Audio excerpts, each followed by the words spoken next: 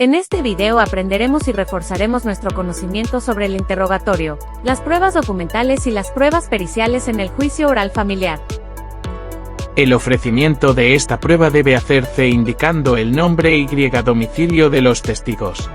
Las partes tienen la obligación de presentar sus propios testigos, para cuyo efecto se les entregarán las cédulas de notificación. Sin embargo, cuando aquellas manifiesten bajo protesta de decir verdad que están imposibilitadas para presentarlas, el juez debe ordenar la citación de los testigos, con apercibimiento de arresto hasta por 36 horas o una multa para el caso de que no comparezca sin causa justificada, o se nieguen a declarar. A las personas de más de 60 años y a los enfermos, el juez puede recibirles la declaración en sus domicilios en presencia de la otra parte. La prueba testimonial debe ofrecerse en los escritos de interposición de la demanda, así como en la contestación de la misma. En estas debemos señalar si la presentación del testigo queda a nuestro cargo o si éste es citado a través del tribunal, debiendo realizar dicha citación por lo menos con 2 días de anticipación al día en que deban presentarse a declarar.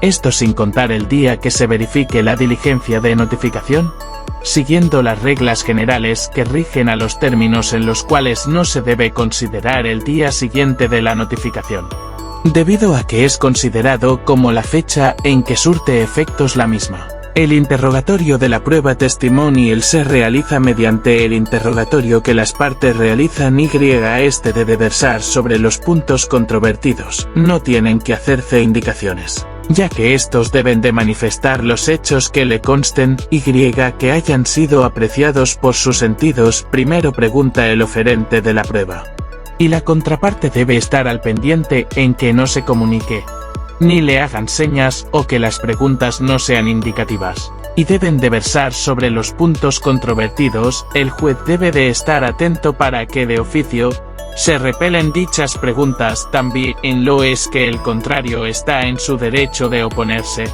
Posteriormente, el contrario formule las repreguntas, con el afán de demostrar si es un supuesto testigo de aquel que no estuvo presente. Un buen interrogatorio se logra con la veracidad de los hechos en forma clara, lógica y persuasiva, en donde el abogado ejerce sus habilidades de destrezas para lograr aclarar el testimonio del testigo. El juez puede, a petición de parte, solicitar aclaraciones a los testigos.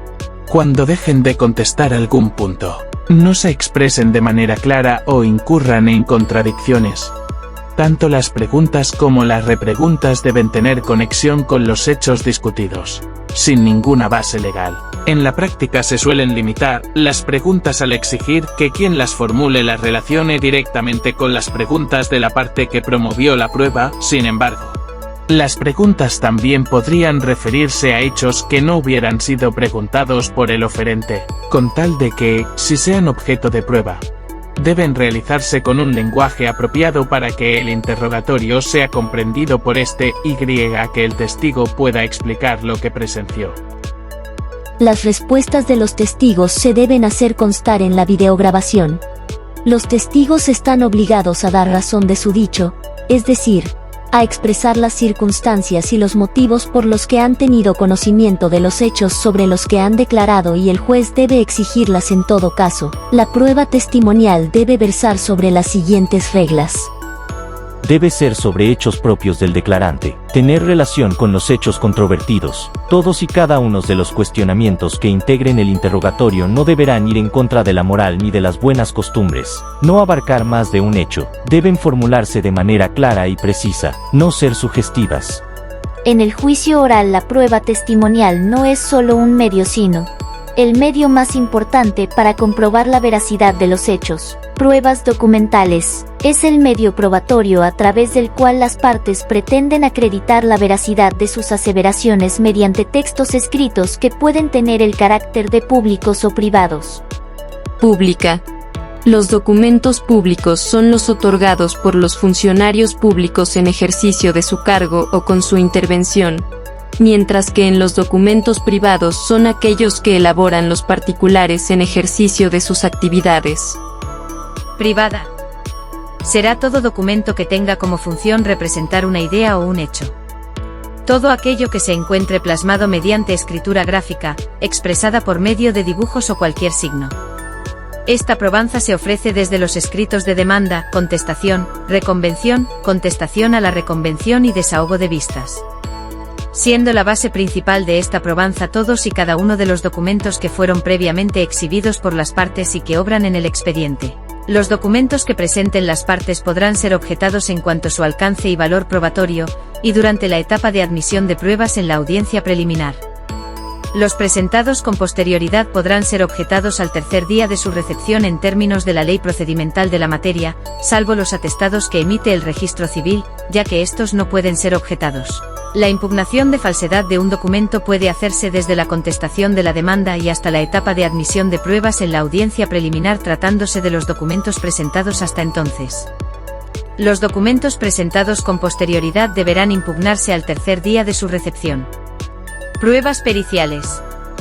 El ofrecimiento de esta prueba será admisible cuando se requieran de conocimientos especiales de la ciencia, arte, técnica, oficio o industria de que se trate. Designación, preparación y desahogo. Dicha prueba se ofrecerá por escrito al momento de presentar la demanda, contestación, reconvención, contestación a la reconvención, señalando con toda precisión la ciencia, técnica, arte, oficio o industria sobre lo cual deba practicarse la prueba, los puntos sobre las que versará y las cuestiones que se deben resolver en la pericial. Una vez que la admite, el juzgador designará perito único. La prueba pericial se desahoga en la audiencia de juicio con la participación activa del perito único. El desahogo de la prueba pericial en el juicio oral se desahoga de la siguiente manera: cada perito exhibirá su dictamen. Debe acreditar su calidad de perito mediante original o copia certificada del documento que lo avale.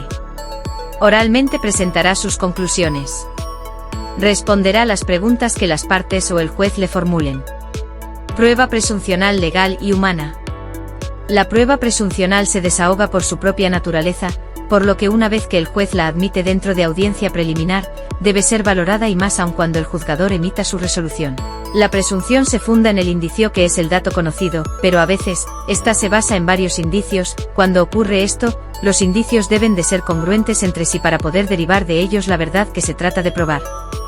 Los indicios pueden consistir en pruebas imperfectas que conducen a desprender la verdad que se busca, pudiendo ser un principio de prueba. Esta prueba se debe relacionar con cada uno de los puntos que se estime necesario del escrito inicial de demanda. Prueba instrumental de actuaciones. El ofrecimiento de esta prueba se realiza desde el momento mismo de los escritos de demanda, contestación, reconvención, contestación a la reconvención y desahogo de vistas, siendo la base principal de esta probanza todos y cada uno de los documentos que fueron previamente exhibidos por las partes en el expediente. Pruebas supervenientes. Esta se puede ofrecer posterior a la demanda, contestación, reconvención y contestación a esta última. Solo se admitirá como prueba superveniente aquellas las que las partes no se tenía conocimiento de ellas, siempre y cuando éstas sean de fecha posterior a la presentación de la demanda, contestación a la misma, reconvención y contestación a esta última. Solo en esos casos se admitirá dicha probanza. La prueba superveniente no ofrece ninguna dificultad, pues su trámite es similar al establecido para esta probanza en la parte general aplicable al juicio ordinario.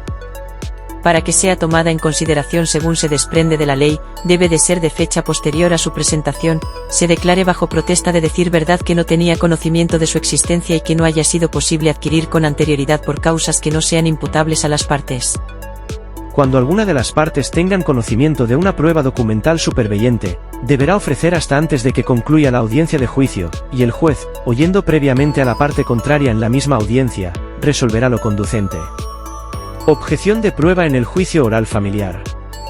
La objeción consiste en oponerse a la presentación de evidencia inadmisible, por lo que estas deben ser claras en virtud de que se trata de restarle credibilidad a alguna probanza de la contraparte. La impugnación de falsedad de un documento debe hacerse desde la contestación de la demanda y contestación a la reconvención y hasta la segunda fase de la audiencia preliminar. En el caso de documentos exhibidos con posterioridad se impugnarán al tercer día de su recepción. Si te gustó el vídeo, suscríbete al canal y dale me gusta, toda vez que en el próximo, el maestro en Derecho Penal y Juicios Orales y con una especialidad en el juicio oral familiar, René Rodríguez Quiroz, te explicará la audiencia de juicio, los alegatos de apertura, el desahogo de pruebas, los alegatos de clausura y la sentencia en el juicio oral familiar. De igual forma te invitamos a que lo sigas en sus demás redes sociales en donde encontrarás este material y mucho más. Se imparten asesorías en vivo, se dan cursos de materia penal y familiar, y desde luego está a tu disposición para representarte en tus controversias del orden civil familiar y materia penal. Hasta la próxima.